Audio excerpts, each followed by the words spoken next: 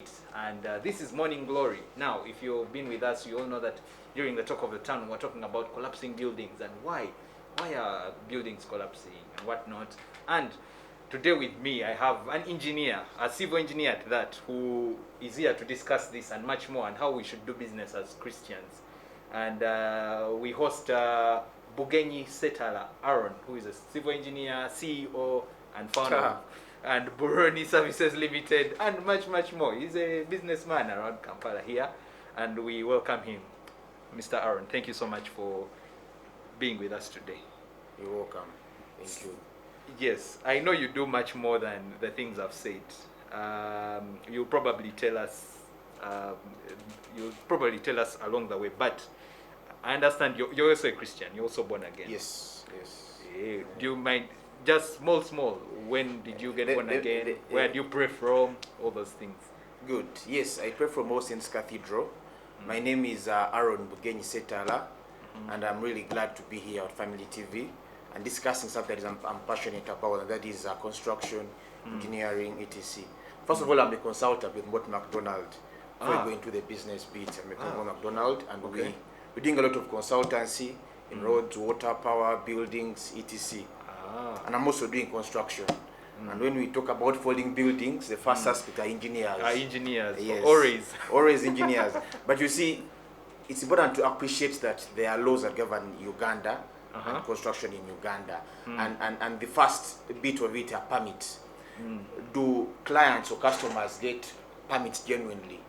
Do engineers appreciate the process of getting permits? And again, we think about, we are quick to blame, for example, the authorities like KCCA or municipalities, etc. Yes. However, there needs to be appreciation by the customer himself on what is required to do construction. And the first thing is, do you have an approved, drawing? Has it been looked at by a professional architect who has been probably certified by the association? Has an engineer that's fully registered, approved and looked and done the designs? Do we get all those people from the KCA? Like, does the government have people there? No, not really. So as a client, you source for the best, engineer that that can do your design, and then even an architect can do your design. And when they do the due process, and you see in construction, the first process, first of all, is to have an impression of what you want to do. Then you think about the stability of your soils, where your land is. You need to do, for example, we carry out the technical tests first to appreciate the strength and the type of soil that you have on your land. And then you go ahead and do a survey, a topographic survey, and then you also do an impact assessment, traffic impact assessment, to assess how are you affecting the environment around your building. Okay. The access, the roads, your neighbors, etc. All those are requirements by law, by the municipality for you before you get an approval. And once you have all these paperwork, then you go to, for example, for argument's sake, KCCA.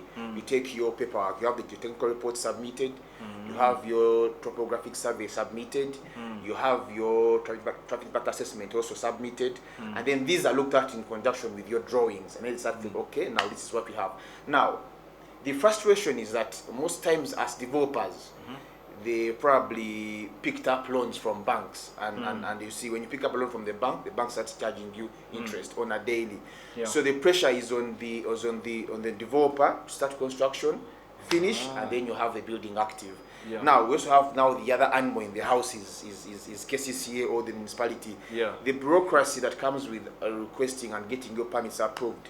Sometimes clients end up spending a lot of money to get their permits out to start construction, and that is frustrating. And please remember, he's already spent money on from the loan that is picked up from the bank. Now he's trying to get approval from KCCA. It's taking long, taking long, 1, 2, 3, 4 months, and nothing is coming out. And he says, well, no, they go ahead. But even before you transfer the blame to KCCA, we also need to think about us, the professionals. Again, clients going to look for something cheap. Okay, instead of looking at a qualified engineer with a qualified team, they're looking for someone that can give them something very fast at a cheaper rate. There are guys who call Fundi. Someone says on Zimbako, I've done this building before, I was a foreman, etc. And then a client trusts someone like that with a massive construction. That's on the other side. Then we have to think about the materials. How is it sourcing for materials? Again, clients want the best, at Yeah. a cheap cost. Yeah. So it could be the quality of materials, workmanship. So there are so many things that come with falling buildings. So, Yes. so it looks like for a building to start, even for us to start construction, it means that we already have the paperwork. You can't start construction without the paperwork. Yes. So it means now the problem shouldn't be now with the paperwork and whatnot. We already have that. The problem now should be now in the process of building. The cheap is that what you're saying? The cheap materials No. used. Again, before you get to the cheap materials, do you have the right paperwork? Have you done proper due diligence before you start construction? And that's why I take you back to what kind of soils do you have in your land? Yeah. If there are weak soils, are you going in for pile foundations? How are you strengthening your building? All those are approved by the authorities to give you a go ahead. Now, sometimes probably when the authorities are bogged down with lots of projects coming up and probably there's a backlog, etc. And you see, if you find clients trying to skip lines and paying one or two bribes so that they can be fronted and they go through. But the question we should be asking ourselves: do we think that the authorities is understaffed and needs more people to assist in that? Can they make use of consultants outside of KCCA to assist them in reviewing these drawings? Because in my opinion, it should be a benefit for the government and the authority to have proper buildings in towns. Okay, so they should be able to assist developers to get their structures up.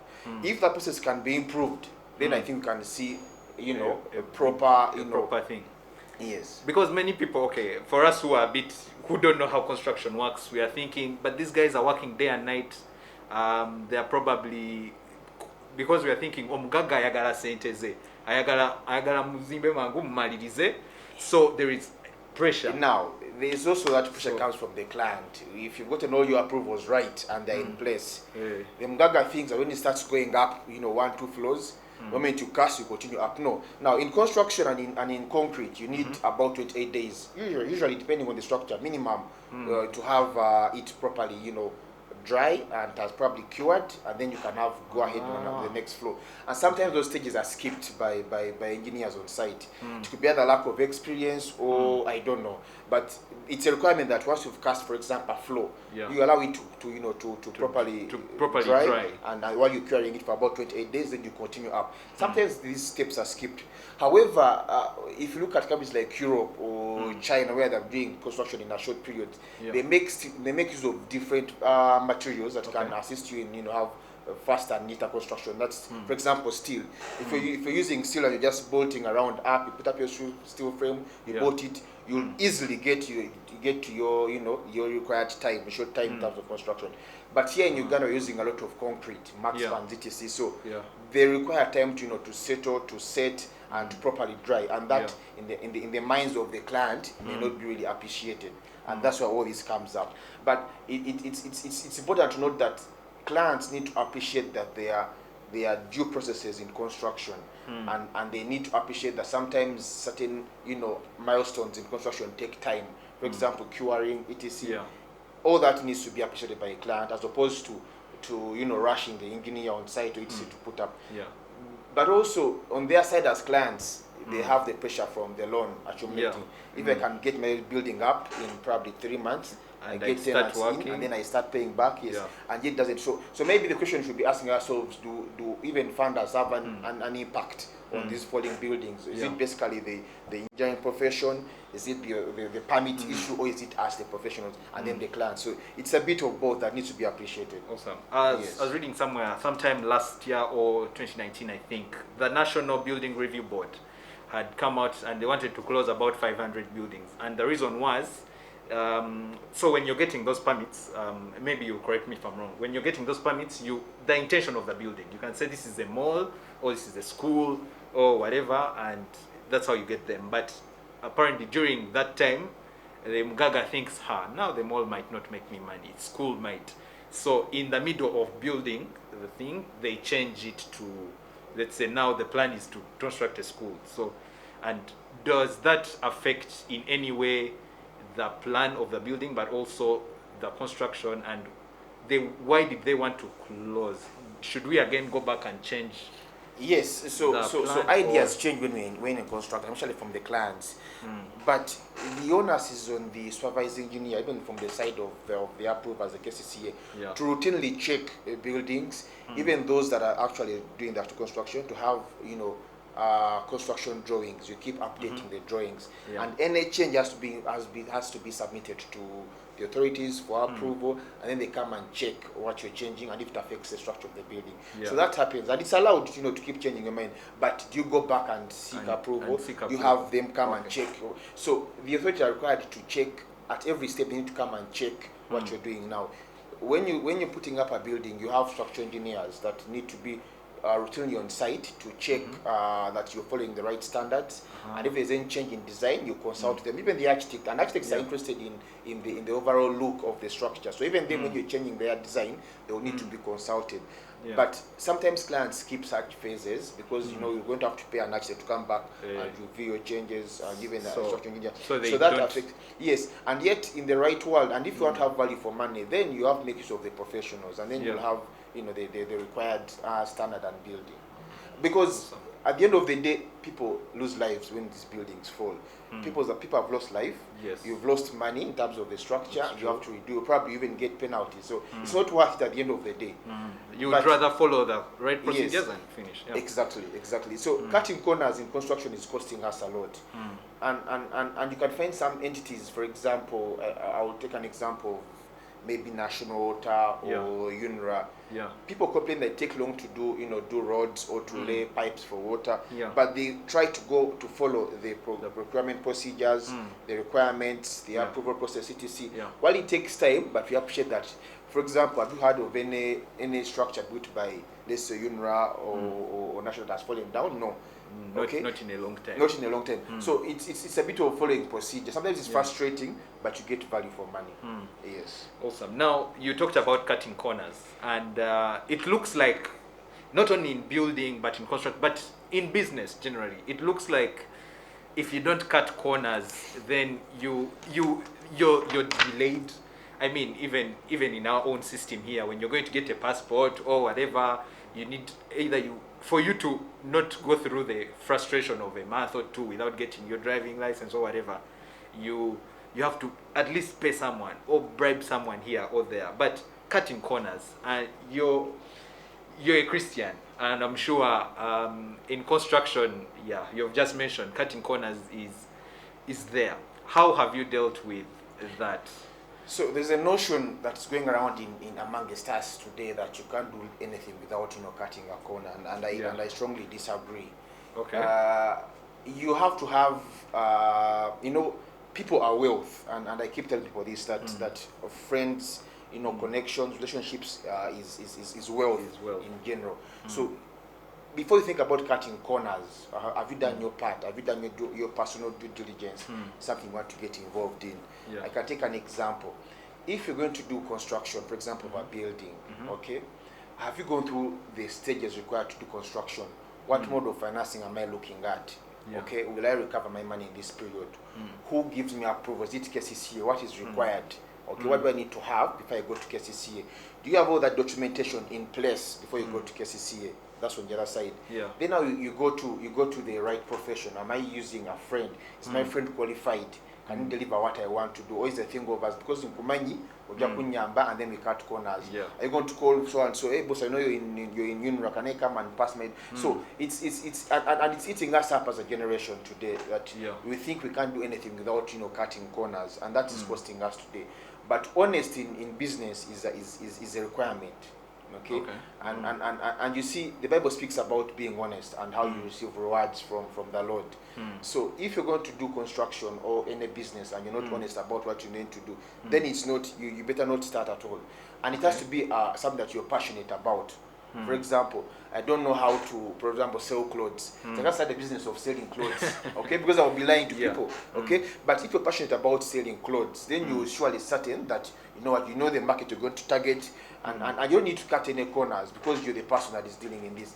But if you're going to go ahead and start something that you don't know about, you're going to start paying people to do things for you, and then you're costing money. And the next thing you see, how can I now save? Then you start cheating people, and it's not. It's not realistic. But Aaron, it's also I want to say like that sometimes sometimes the system frustrates us.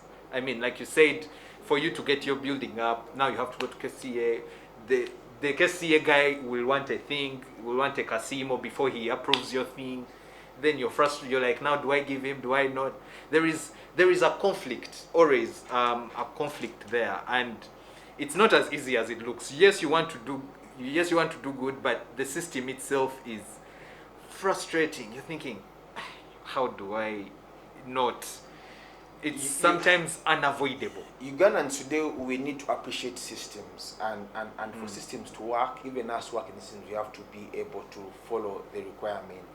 Systems are good, and that's why they exist. Okay, I can give you an example. If, for example, I'm a cleaner in an office, okay, and my task is to ensure that I clean before people come into office. If I start cleaning at 9 a.m., okay, I'm affecting various people's workflow for the whole day. Okay, but if I'm in at 7 a.m., I do the cleaning, and whoever comes in at 8 is able to start their work. Okay, that's a system in place that by the time I get to office, someone has done the cleaning, and then I do.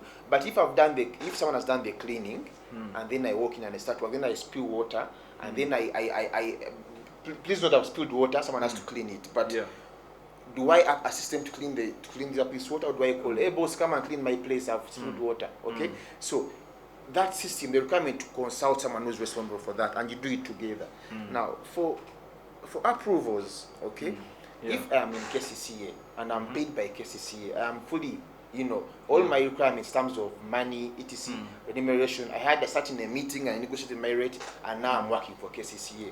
There is no need where I have to frustrate someone, pile up all these documents here, someone to come and say, put my envelope on top and then work on me. Now I'm getting extra money.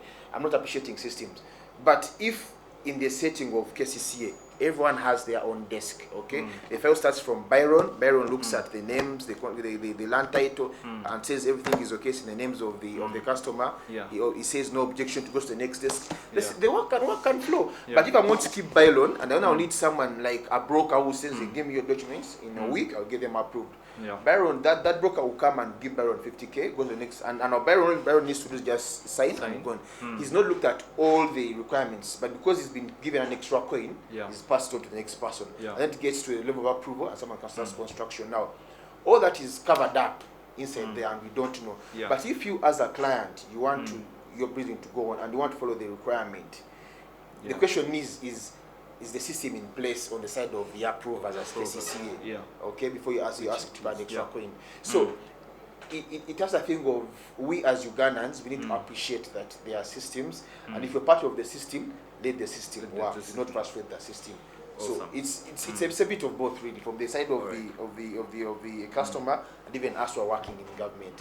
Why do you frustrate people? Okay, we've talked about cutting corners, but I'm sure there are other things in business, really, that we need to consider as Christians, and not even as Christians, but as people. What do we need to? So what are some of those other things that in business, apart from don't cut corners, there are other things that we shouldn't do? What are some of those things? In my opinion, there are about 6 or 7 things that I think that can make someone, grow their business. And the first thing is due diligence and doing your homework first. Have you done due diligence about what you intend to invest in or to do a business? If you're going to start, let's say, for argument's sake, let's say you're starting a shop, okay? Have you found out the cost of paying rent per square meter? Where are you getting your materials from? When you do the numbers, does it make sense? What are the people in the market selling? What are their rates? Do you recover? So there has to be an appreciation of numbers. I know people don't like to look at numbers, but numbers numbers have to make sense to you as a business person. If I'm investing, let's say 100,000, okay, and I'm selling at 120. The profit of 20,000, is it able to pay my? So is it able to to meet my rent, my water bill, my electricity bill, and even pay my staff? So have you done prior due diligence before you start your business? The second one is treating your employees right. So many times business owners, we undermine the people that make us money. Okay, and yet if you treat them well, you get value out of them. What am I saying? If you're always stepping on your employee, and and you're shouting at them, hurling insults at them, and yet they're the same people that are the front of your business. They are interacting with your clients. They are they are discussing with them. That same person can fail your business based on the way you're treating them. Remember, for them, their interest in your business is to be paid and go back home. Okay, they don't care about your profits, etc. They're actually working to get paid. You as a business owner, you're required. You're thinking about profits, growing the business, but you're mistreating this person. And you see, if you look at in Leviticus 19:13, I don't know if we could read that, but or even Deuteronomy 24:14. I think we could read that. We could. Let me look for Leviticus 19. It talks about treating. Yes. Just a second. Okay. Leviticus 19:13. It says, "Do not defraud or rob your neighbor." Okay. Do not hold back the wages of a hired worker overnight. Okay, and for me, what I gather from this scripture, okay, it's plain, simple, and it's clear. Do not defraud or rob your neighbor. Do not hold back the wages of a hired worker overnight. Your employee has actually done their bit for you, and they delivered, and you've been paid as the business owner. Why are you not paying, remitting their costs? Okay, why are you cheating them? If in your calculations you're meant to pay someone, let's say 100,000, and you've got it 250, but you want to pay them 50,000, you're cheating them. But at the end of the day, they've done the actual work that has made you money. So it is important to treat people that we work with in a good way. The third one is have the highest level of customer service. Today it is important, and the only way to keep our clients is customer service. Once a customer is satisfied, then he will refer you to someone else. But if you're not doing that, and because looking at them as a money generating, you focus on getting money from them, they will not refer you to anyone. Okay, so that's the third one. The fourth is to be honest with customers and not to cheat customers. If, for example, in construction, I've agreed to you that I'm buying, let's say, blocks of less of 2,000 shillings per block.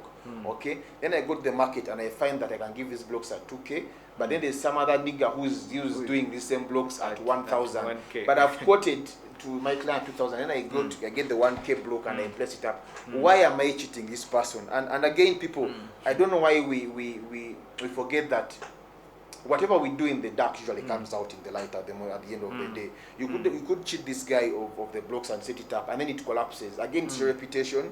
It is. I think you're in loss really. End of the day, but if one is honest about how they are doing, it will be. And you see, if you read in Leviticus again, 19:14, it says, "Do not put a stumbling block before the blind."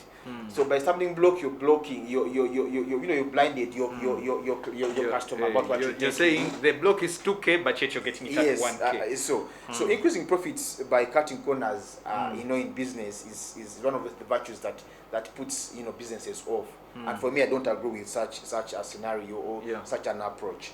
Then the fifth is always act as if you're being watched. Okay. If you're doing business, imagine that someone is watching you and you're giving the right, product to someone. And at the end of the day, they are the end users. And once they appreciate what you've done for them, then they'll come back to you and say, "Boss, you did this for me," and then they recommend you. The sixth is building a reputation of integrity and honesty. When you're honest about your business and your customers see it, okay, they've paid for an item. They'll always want to work with you. They always want to work with you. When they want to work with you, then they'll refer you to other people. So for me, that's another value, a value that is good when you're starting a business. And then the seventh, and this is one that's very interesting, being humble and accepting, criticism. So many times we don't want to be criticized about what we are doing. That's very true. And if you can't accept criticism, then you will not grow your business. In Proverbs 12, 1 to 13, I think we could read that. Proverbs 12, 1 to 13. It's one of those scriptures that speaks to us as businessmen. Let me go there. Proverbs 12, 1 to 3. Okay, it says, "Whoever loves discipline loves knowledge, but whoever hates correction is stupid." Sometimes the Bible is a bit harsh, but I'll go back again. Whoever loves discipline loves knowledge, but whoever hates correction is stupid. Good people obtain favor from the Lord, but he condemns those that devise wicked schemes. Yeah. No one can be established through wickedness, but the righteous cannot be uprooted. So if you are humble and willing to take in criticism of your business, for example, if you've done something wrong and someone says this needs to be done like this, appreciate. Don't get on the defensive in the moment. When you get defensive in the moment, you're not getting value out of what you're doing. And once someone is giving you criticism, positive or negative, take it the way it is. Go back to the drawing board and then revisit. And once you pick out that, then it grows your business. And for me, one of the things that I've had business people talking about is not using leave emotion out of business. Yes. You need to use reason and, as if logic, but leave emotion out of it. Is that almost the same as accepting criticism? Yes. And not, yes. No one is perfect and no one is. You can't always be right. Of course, some people can be right, but you can't always be right. So leave room for correction. Okay. Yeah. But if you're arrogant about what you're doing and you think everything you're saying is right, and you can't stand up for correction, then at the end of the day, you won't have value, in my opinion. But you accept correction, you accept guidance, etc. And all of us have mentors when we're growing up. Even in our profession, for example, now for me as an engineer, if I get registered, I have to have a mentor who you have to go to, who will review the work you've done, look at your reports you've done, go through with you and say this is not right, learn to do this. That is positive feedback. And as you grow in your profession, it's important that you accept criticism the way it comes. The way it comes. Yes. We are coming towards the end, but there is something I also want us to discuss a bit. Where is, as a business person or in career and whatnot, where is the role of generosity and tithe? Where do those fit in as a businessman and also a guy who is doing business but also in career, really? The role of generosity, is it important for us to be generous, and how generous should we be, and also tithe? What's the importance of those two? God has blessed us with so many opportunities in life. It could be business, could be work. Yeah. But what is our ultimate goal? And in my opinion, our ultimate goal is to glorify God. Whatever resources is given to us. Yeah. So if, for example, I'm a businessman and I'm thriving in my business, at the end of the day, I'm doing this for the growth of the kingdom of God. So as a Christian, I'm required to pay tithe, and it's just 10%. Sometimes when we're looking at how we do business, we're only focusing on getting the profit. But who got you there? Okay, and I usually ask people, how did you get there? Did you get there through theft or anything? And are you paying back to God? Okay, even if it's a thing of, as in, for argument's sake, let's say Byron, you've connected me to a client and I've gotten business, okay, and then and the client has paid me. Do I remember that actually Byron got me here, or I've forgotten about Byron and I'm going ahead? But the ultimate goal and for all of us on earth today is to glorify God, to do everything for the growth of the kingdom of God. So it requires us as Christians that even as we do businesses, we take off time to support ministries, God's work, and this can be from our resources. For example, for me, I have no problem with supporting people. I've supported several businesses and ministries. I have colleagues that are working with Life Ministry that for me, any coin that I get, I have to remit it to them. So because they are preaching the word of God, they are growing the kingdom of God, and it's a requirement. And the Bible talks about it. That okay. There's a notion that why am I giving money to church if the church is probably wasting my money, using it in a way that I don't agree with. Leave the business of church to the church. Do your role, your just do your requirement as an individual that I've given back to God, and that's it. And there's so many blessings that come with giving. I could speak on so many, but I'll not because of time. But the fact that you're able to help people, okay, you're receiving favor from the Lord. For me, that has encouraged me and has made me grow my business. Usually there is that argument of how much is too much, how much should I give away, do you have a principle for that? By the time you're starting to feel agitated about the amount of money or the amount of help you're giving someone, then it's not right. it has to come from a place of comfort, and you know, I'm helping so and so because I want to, and I will not think about the help I've given him, and I don't expect anything from that person. But if you're giving someone help and you expect something back, then you're not actually giving. Yeah. You're not actually giving. True. But the Bible talks about how we serve a God that owns cattle on 1,000 hills. I mean, He's so rich that the little He's given you, wants to see how much you can use it. And He can't give you more if you can't even use the little that you have. Little that you have gotten. Yes. Aaron, it's been a pleasure. But before I release you, usually on the show, as I end the show, I usually encourage my guests to encourage the people seeing. So COVID came, it hit us. Some guys lost their jobs, some guys are hurting, some guys went under a depression kind of thing. Some others are really, really struggling. I mean, the other day we were reading the depression rates are up, the suicide rates, at least the attempted suicide rates are also up. And I usually encourage my guests to encourage whoever is watching, someone out there, they are feeling low, they are feeling hopeless, they are thinking, is tomorrow a better day, or today, or this is it? Is this situation permanent, or it will get better? So just kindly encourage COVID, it came at a time when most of us are trying to, to get up on our feet and start our lives. And so many of us have been affected. But again, COVID has taught us that we can do work in a different way. We can modify the way we work. We can eliminate certain costs that are part of our businesses. For example, if I have a shop in town and I've been paying rent, then COVID came and our shops were closed. Have I changed my approach to business in terms of online platforms, etc.? Do I still need to have a shop if I can sell my items online? I can deliver to clients, etc. While COVID has hit us hard, again it has taught us that there are other ways of making money that are cheaper and safer. But the thing is, are you willing to get up and start something, or are you going to sit back and cry about the whole COVID, cry about losing a job? I know it is hard to start all over again, but think of something that you love to do. And for me, I keep saying this, that if you're to do business, it has to be something that you love to do. If I love, if I love dancing, and you want to make dancing as a, a business, okay, start with that. But think out of the box. COVID has taught us to think out of the box. Most of our friends have lost jobs, but in the moment of what we go by a plug kubo, I don't know how to say it, go by a plug kubo. Some people have lost jobs inside their own businesses, and they are starting to thrive. And even that's why in former employment we're saying, well, I should have been like that guy, okay? Because they're doing what they love. So it's a thing of as in, waking up and patting back and say, what? I mean, Aaron, get up, let me start over again, and not giving up. But COVID is there with us today, and the earlier we realize that it's not about to go away and we change our ways, the better. That's my opinion. That's your opinion. Yes. Thank you so much for coming today.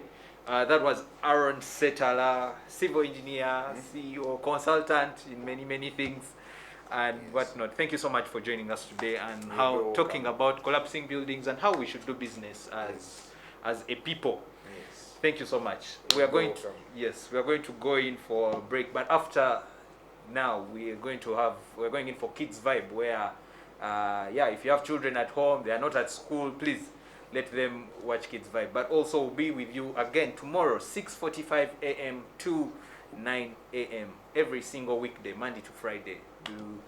Do stay on Family TV, enriching lives.